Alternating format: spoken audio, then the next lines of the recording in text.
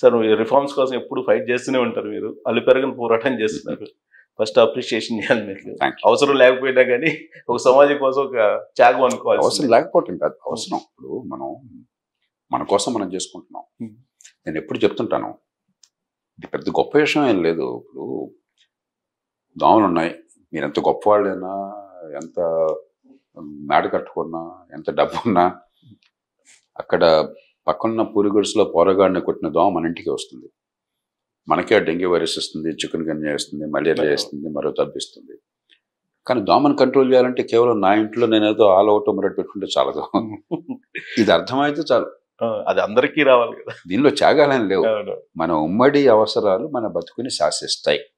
దాన్ని పట్టించుకోకపోతే బతుకు నరకం అవుతుంది. కాబట్టి వ్యక్తిగతంగా జీవితం ప్రతి యువతను కోరేది మీరు మీ జీవితాన్ని అందంగా మలుచుకోండి. దానికి ఎవరికి సంజాయిషి ఇవ్వక్కర్లా.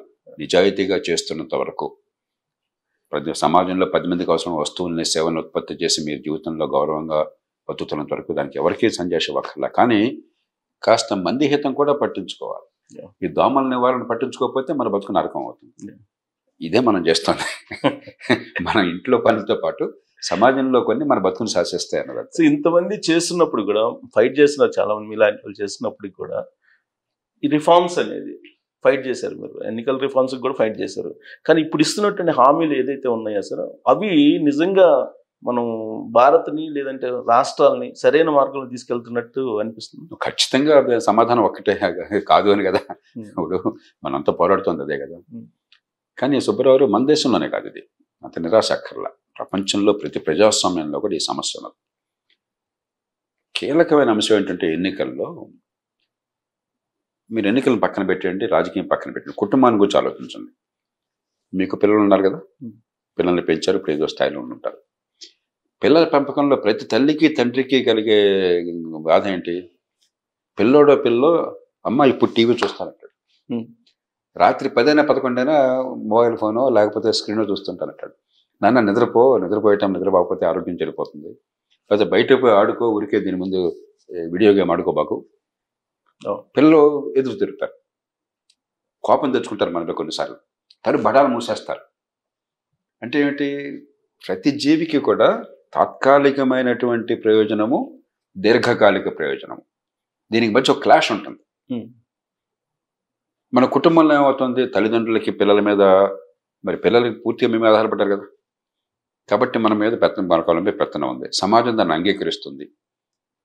మూడోది, మనకి పిల్లలంటే ప్రేమ ఉంది, పిల్లలకి మనం అంటే ప్రేమ ఉంది, తెలుసు. ఆ క్షణంలో అరుచుకున్నా కూడా మరి ఇన్ని ప్రేమ, ఇంత అనుబంధం ఉన్నటువంటి కుటుంబాల్లోనే ఈ దీర్ఘకాలిక లక్ష్యాల కోసం సమాజాన్ని నడపడంత కష్టమైతే, ముక్కు మొహం తెలియని లక్షల మందితో కూర్చుని రాజకీయం చేయాలి, పరిపాలన చేయాలి, మరి దీర్ఘకాలం గురించి ఎందుకు ఆలోచన వస్తుంది? ఈ పూట, ఈ క్షణం. అందుకనే రాజకీయ పార్టీలు ప్రతి దేశంలో కూడా, ప్రజాస్వామ్య దేశాల్లో, ప్రజాస్వామ్యం లేకపోతే పరిస్థితి వేరు. డెంగ్ షాపింగ్ ఉన్నాడు అనుకోండి, ఒక విజ్ఞత గల నాయకుడు, నిజంగా విజ్ఞత గలవాడైతే, సమాజాన్ని ప్రేమించేవాడైతే, ఇది కాదయా నోరు మూసి కూర్చోండి అని చెప్పంటే కాదనే వాళ్ళు ఎవరు ఉండరు. ఆయన దింపే ప్రయత్నం జరగదు. ఈ కారణంగా నడుస్తుంది. దుర్మార్గుడు వస్తే వాడిని అంతా నాశనం కూడా చేస్తాడు. కానీ ప్రజాస్వామ్యంలో అందరినీ ఆకట్టుకోవాలంటే ఈ తాత్కాలిక ప్రయోజనము, దీర్ఘకాలిక ప్రయోజనము రెంటిని సమన్వయం చేయటం అన్నది కీలకమైన అంశం. అందుకని తాత్కాలిక ప్రయోజనం లేకుండా రాజకీయం నడవదు, కానీ తాత్కాలిక ప్రయోజనమే రాజకీయం అయితే దేశం నడవదు. కాబట్టి రెంటిని బ్యాలెన్స్ చేయాలి. నేను వాదించేది అది. అంతేగాని ఈ పూట అవసరం తీర్చొద్దని అంటలా, కానీ ఈ పూట అవసరం కోసం రేపటిని బలిపెట్టద్దు. కానీ ఆ ఇంగిత జ్ఞానం ఉండదు కదా పార్టీలకి. ఇప్పుడు ఎన్నికల్లో పోటీ చేస్తున్నప్పుడు జీవన మరణ సమస్య. ఇప్పుడు ఓడిపోతే నా ప్రాణం, మరణమే మిన్నా అనుకుంటాడు. ఓటమి కంటే మరణమే మిన్నా అని చెప్పి అనుకున్నవాడు చాలా మంది రాజకీయంలో ఉన్నారు. అంతే. ఎందుకు అడగబాకండి, అదొక పిచ్చి. నా దృష్టిలో అది పిచ్చి తప్ప ఇంకోటి కారణం లేదు. వీళ్ళలో చాలా మంది ఏమో సంతోషం అనిపించట్లా, నరకం అనిపిస్తున్నారు. ఈ డబ్బులు ఖర్చు పెట్టి ఈ పదవుల్లోకి వెళ్ళి ఆ తర్వాత చేసేది పాడు లేదు, 10 మంది చూపెట్టుకోవడం తప్ప, కారు, ఫోను, ప్యూను, లైటు తప్ప వాడికి అధికారం లేదు, పాడు లేదు. 190 మందికి తర్వాత ప్రైవేట్గా మాట్లాడితే ఏడుస్తారు, ఎందుకు ఖర్చు పెట్టాలో తెలియదు సార్, ఎందుకు పిచ్చి పిచ్చి పనులు చేశానని చెప్పాను. కానీ అలా ఉన్నటువంటి ఇంత పోటీ, అధికారం కోసం పోటీ ఉన్న సమాజంలో ఎట్లా కొట్టి ఈ పూట ఓటు రావాలి, రేపు దేశం ఏమైనా పర్లేదు చెప్పిన పరిస్థితులు వచ్చింది. అందుకే కొన్ని కట్టుబాట్లు ఉండాలి ఖచ్చితంగా. అది లేకపోతే ఎన్నికలు మాత్రమే సర్వస్వం అనుకుంటే దేశం నరకం అయిపోతుంది. సో దీని మీద ఆర్బీఐ మాజీ గవర్నర్ సుబ్బారావు గారు కూడా ఒక 2 రోజుల క్రితం ఒక స్టేట్మెంట్ ఇచ్చారు. దీనికి ఇష్టానుసారంగా ఉచితాలు ప్రకటిస్తున్నారు, దాని మీద ఒక నియంత్రణ అవసరం, అది కేంద్ర ప్రభుత్వం జోక్యం చేసుకోవాలి లేదా ఎన్నికల కమిషన్ జోక్యం చేసుకోవాలి అనేది, అది ప్రొవిజన్ ఉందా సార్ జోక్యం చేసుకొని కంట్రోల్ చేసేది? ఎన్నికల సంఘం జోక్యం చేసుకోవడం సాధ్యం కాదు. మనం ఏంటంటే మన దేశంలో ప్రజాస్వామ్యం అంటే మన బాగా చికాకు వచ్చి, రాజకీయం అంటే ద్వేషం వచ్చి, సుప్రీంకోర్టు, ఎలక్షన్ కమిషను, మరొక అధికారి వాడు వచ్చి మొత్తం మార్చేస్తారంటున్నారు. ప్రజాస్వామ్యంలో ఉన్న లోపాలకి ముందు ప్రజాస్వామ్యమే, రాజకీయంలో ఉన్న లోపాలకి ముందు రాజకీయమే, మంచి రాజకీయమే తప్ప రాజకీయం ప్రజాస్వామ్యానికి అతీతంగా పరిష్కారాలు రావు. కొంతమంది సుప్రీంకోర్టు కూడా వెళ్ళారు, మీరు ఏదైనా ఆదేశం అండి, వాళ్ళు ఏదైనా పెద్ద మనుషుల్లాగా ఇలా ఉంటే బాగుంటుంది అంటారు, అది అంతేనే చెప్పలేదు. కానీ ఏం చేయాలి, అలాగే మౌనంగా ఉండొచ్చా? కాదు. ఇతర దేశాల్లో ఏం చేస్తున్నారు, ఉదాహరణకి అమెరికా ఉందనుకోండి, కాంగ్రెషనల్ బడ్జెట్ ఆఫీస్ అని ఒకటి ఉన్నది, సిబిఓ అంటారు. అది కాంగ్రెస్ అంటే పార్లమెంట్, అక్కడ కాంగ్రెస్ అంటే American Congress, American parliament Congress అంటారు. కాబట్టి పార్లమెంట్కి జవాబుదారీగా ఉంటుంది, స్వతంత్రంగా ఉంటుంది. ఏ పార్టీ ఏ ప్రతిపాదనలు తెచ్చినా కూడా ఒక చట్ట రూపంలో, విధాన రూపంలో వాళ్ళు ఏదో చెప్తారు. చెప్పేవాళ్ళు ఎప్పుడు కూడా ఖర్చు తక్కువ చెప్తారు, లాభం ఎక్కువ చెప్తారు. ఏ ప్రతిపాదన తెచ్చినా కూడా వీళ్ళు స్వతంత్రంగా ఆలోచించి నిపుణులతో కూర్చొని, చాలా నిష్ణాతులైన నిపుణులు, సబ్జెక్ట్ ఎక్స్పర్ట్స్ వాళ్ళతో ఉంటారు. వాళ్ళంతా కూడా పరిశోధన చేసి అసలు దీనికి ఖర్చు ఏంటి, వీళ్ళ ప్రతిపాదనలో ఖర్చు ఎంత అవుతుంది, ఆ డబ్బు ఎక్కడి నుంచి వస్తుంది, ఫలితం ఏమొస్తుంది, ఈవేళ ఎట్లా ఉంటుంది, 10 ఏళ్ళకి ఎట్లా ఉంటుంది, 20 ఏళ్ళకి ఎట్లా ఉంటుంది, ఇవన్నీ అంచనా వేసి ప్రజల ముందు పెడతారు. పార్లమెంట్ ముందు పెడతారు, ప్రజల ముందు పెడతారు. దాని ప్రాతిపదికన చర్చ జరుగుతుంది. మన దేశంలో ఏమవుతుంది, కాకులు లెక్కలు తప్ప అసలు పెట్టే యంత్రాంగం లేదు. ఉదాహరణకి కాంగ్రెస్ పార్టీ ఇప్పుడు ప్రతి పేద కుటుంబానికి ₹1,00,000 మహిళలకి ఇస్తామని చెప్పన్నారు. 1,00,000 10 లక్షలే వచ్చు. ఇప్పుడు పేదలకు డబ్బులు సాయం చేస్తామంటే కాదని అడగటం ఏ మనసు ఉన్నాడు ఎవరని అంటారు. కానీ కనీసం 7 కోట్ల పేద కుటుంబాలు ఉన్నాయి. మనం ఈ జన్ధన్ లెక్కన చూసినట్లయితే 54 కోట్లు 55 కోట్లు ఉన్నాయి అకౌంట్, జన్ధన్ అకౌంట్ ఈ దేశంలో. పోనీ అంత లేదండి, ఒక దానిలో సగం మట్టుకే ఉన్నాయి పేద కుటుంబాలు. వాళ్ళల్లో కుటుంబంలో 4 ఉంటారు కాబట్టి మహిళలకు మాత్రమే అన్నాం కాబట్టి కుటుంబానికి 1 లెక్కేసుకుందాము అన్న 7 లక్షల కోట్ల రూపాయలు అవుతుంది ఏడాది. 7 లక్షల కోట్లు అవుతుంది. అలాగే రెండోది రుణమాఫీ అన్నారు. ఎన్నోసారి రుణమాఫీ నాకు గుర్తురావట్లేదు. ఎప్పుడో చౌదరి దేవీలాల్ కాలంలో 1990లో రుణమాఫీ ప్రకటించారు మొట్టమొదట. అప్పటి నుంచి రుణమాఫీలు చూస్తూనే ఉన్నాం ఈ దేశంలో. రుణమాఫీల వల్ల రైతుల పరిస్థితి బాగుపడాల. నిజంగా రుణమాఫీ పరిష్కారం అయితే ఇన్నిసార్లు రుణమాఫీలకి వ్యవసాయం అంతా పండగ కావాలిగా. ప్రతిరోజు వ్యవసాయ అధ్వానం మీద మనతో గోపోతున్నాం కదా. కానీ ఆకట్టుకోవడానికి ఇది ఒక మార్గం, తాత్కాలికంగా ఏదో. దాంతో ఏమవుతుంది, డబ్బులు సకాలంలో కట్టినాడు పాపాత్ముడు. బ్యాంకు దగ్గర అప్పు తీసుకుని డబ్బు తిరిగి కడితే వాడు మూర్ఖుడు, పాపాత్ముడు. కట్టకుండా ఎగ్గొట్టినాడు చాలా తెలియగలడు. ఎప్పుడు ఎవడో ఒకటికి మార్చకపోతాడని చెప్పని మొత్తం క్రెడిట్ వ్యవస్థ మొత్తం నాశనం చేసి వ్యవసాయాన్ని నాశనం చేస్తున్నాం. దాని ఖర్చు ఎంత అవుతుందో తెలియదు. ఇప్పుడు వాడు బహుశా దగ్గర ఒక 22 లక్షల కోట్ల రూపాయలు వ్యవసాయ రుణాలు ఈ సంవత్సరం బట్వాడా చేస్తున్నారు. 22 లక్షలు 24 లక్షల కోట్లు ఉంది, 24 లక్షల కోట్లు. దానిలో ఒక 3వ వంతు మనకి పోనీ బకాయిలు ఉన్నాయనుకున్నా కూడా 7-8 లక్షల కోట్లు అవుతుంది. ఎంతో తెలియదు నాకు. ఈ 2 అంశాలు తీసుకోండి, మిగతా చాలా ఉన్నాయి ఇంకా హామీల్లో. ఖజానాలో డబ్బుల సంగతి ఏంటి? వాళ్ళ యూనియన్ ప్రభుత్వానికి కేంద్రం అన్నమాట నేను మాట్లాడను, కొంచెం చాదస్తన్నది. నా దృష్టిలో కేంద్రం లేదు, యూనియన్ సమాఖ్య ఉన్నది. ఈ సమాఖ్య ప్రభుత్వానికి, ఢిల్లీలో ఉన్న జాతీయ ప్రభుత్వానికి ఒక ఏడాదిలో వచ్చే అన్ని రకాల ఆదాయాలు కలిపితే పన్నులు, సెస్లు, సర్ఛార్జులు రకరకాలు ఉన్నాయి. 42 లక్షల కోట్ల రూపాయలు.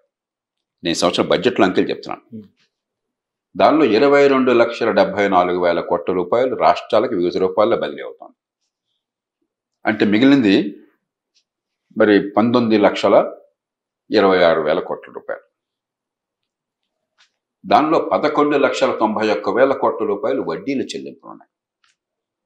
దాన్ని ఏ ప్రభుత్వం వచ్చినా, ఎవరు ప్రధానమంత్రి అయినా గతంలో వచ్చేసినప్పుడు వడ్డీ చెల్లించకపోతే మొత్తం దేశ ఆర్థిక వ్యవస్థ కుప్పకూలిపోతుంది. ప్రపంచంలో మీకు పైసలు లభ్యం, నోరు మూసుకొచ్చుంటారు. సంక్షోభం అయిపోయింది. అది మన చేతిలో లేదు. జీతభత్యాలు 7,68,000 కోట్ల రూపాయలు. ఈ రెండు కలిగితే 19,70,000 కోట్లు, 19,60,000 కోట్లు అయిపోయింది. మన దగ్గర డబ్బులు ఉంది 14,24,000 కోట్ల రూపాయలు. అంటే ఈ మాత్రానికి అప్పు చేయాల్సి వస్తుంది. గతంలో చేసిన అప్పులకు వడ్డీలు చెల్లించడానికి, జీతాలు ఇవ్వడానికి అప్పులు చేయాల్సి వస్తుంది. ఆ పైన సబ్సిడీలు, ఎరువుల సబ్సిడీలు ఉన్నాయి, ఆహార సబ్సిడీ ఉంది, మరో సబ్సిడీ, అవన్నీ లెక్కట్లేదు. అవన్నీ అప్పుల మీద.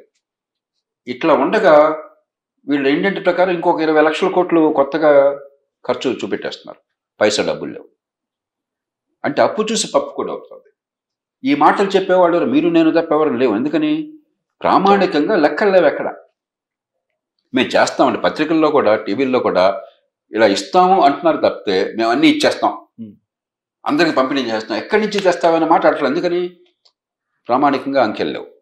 కాబట్టి మనం అతి కీలకమైనది ప్రజలకు అర్థం కావాలి అంటే, అమెరికాలో ఉన్నట్టుగా కాంగ్రెషనల్ బడ్జెట్ ఆఫీస్ లాగా ఒక స్వతంత్ర ప్రతిపత్తి గల, నైపుణ్యంతో కూడిన, పక్షపాత రహితమైన, పార్టీలకు అతీతంగా, పారదర్శకంగా, ఇప్పుడు నేను చెప్పాను మీకు అంకెలు, ఈ ఇంకో లెక్కలు వేసుకోవచ్చు. రేపు కాంగ్రెస్ పార్టీ లేదంటే జేపీ గారు చెప్పింది కరెక్ట్ కాదని చెప్పండి, నాకు అభ్యంతరం లేదు, మనం పరిశీలిద్దాం. ఏమో దీనిలో లెక్కల్లో రహస్యం ఉండదు కదా. ఒక 50,000 కోట్లు అటు ఇటు ఉంటుంది తప్ప లెక్కలు మార్చే అవకాశం లేదు. దీనిలో లెక్కలు మార్చే అవకాశం లేదు. పారదర్శకంగా చెప్పారనుకోండి. అలాగే బ్రిటన్లో మరొక ఇలాంటి సంస్థ పేరు వేరే ఉంటుంది, ఆఫీస్ ఆఫ్ బడ్జెట్ రెస్పాన్సిబిలిటీ అన్నారు. పార్లమెంట్ చట్టం ద్వారా ఏర్పాటు చేసింది. ఇక్కడ అమెరికాలో కూడా అంతే. ఆఫీస్ ఆఫ్ బడ్జెట్ రెస్పాన్సిబిలిటీ ఏంటి? మీరు ఇచ్చే హామీలు, సంక్షేమ పథకాలు, విధానాలు, వాటి ఖర్చు ఏంటి నిగ్గు తెలుస్తారు. ఇవాళ ఖర్చు అంతా, వచ్చేడంతా, 10 ఏళ్ళకంతా, దాని మీద భారం ఎలా ఉంటుంది చెప్పని. దాని మీద పార్లమెంట్లో చర్చగా జరుగుతుంది, పత్రికల్లో చర్చ జరుగుతుంది, ప్రజల్లో చర్చ జరుగుతుంది. అది సాధ్యం. కాబట్టి మొట్టమొదటి మనం చేయాల్సింది ఇది. రెండోది, జాతీయ స్థాయిలో ప్రభుత్వానికి కొన్ని ప్రత్యేకమైన బాధ్యతలను రాజ్యాంగం కట్టబెట్టింది. అంబేద్కర్, మన రాజ్యాంగ నిర్మాతలు చాలా లోతుగా ఆలోచించారు ఈ విషయం గురించి. ఇష్టం వచ్చినట్టుగా మనం కనుక ఖర్చు పెట్టేసినట్టయితే, ఆదాయం లేని ఖర్చు పెడితే ఇప్పుడు మన కుటుంబంలో ఏం చేస్తాం? మనం అప్పు తీసుకొచ్చినట్టయితే మనం ఏం చేస్తాం? అప్పు తీసుకొచ్చిన డబ్బు ఖచ్చితంగా పిల్లలకి రేపొద్దున పనికొచ్చేటట్టు పెట్టుబడి పెడతాం. ఒక స్థలం కొంటామో, ఇల్లు కొంటామో, ఫ్లాట్ కొంటామో, మరొకటో, లేకపోతే మంచి ప్రమాణాలు చదువు వచ్చేట్టు ఏర్పాటు చేయటము. వాళ్ళకి రేపు గ్యారంటీగా ఉద్యోగం వస్తుంది.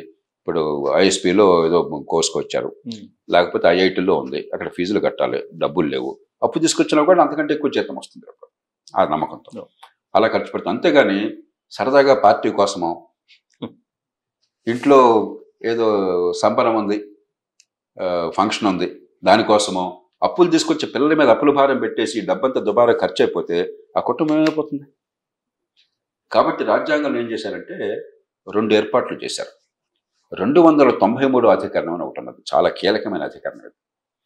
ఆ అధికరణం ప్రకారం ఏం చేశారంటే, ఒక రాష్ట్రం అప్పులు చేయాలంటే, ఇవన్నీ అప్పు తీసుకొచ్చిన డబ్బే కదా, ఉన్న డబ్బులు ఖర్చు పెడితే పెద్ద ఇబ్బంది లేదు. మంచి వచ్చాడో రేపు పొద్దున మిగుల్చుకోకపోయినా కనీసం అప్పుల భారం పెరగట్లా.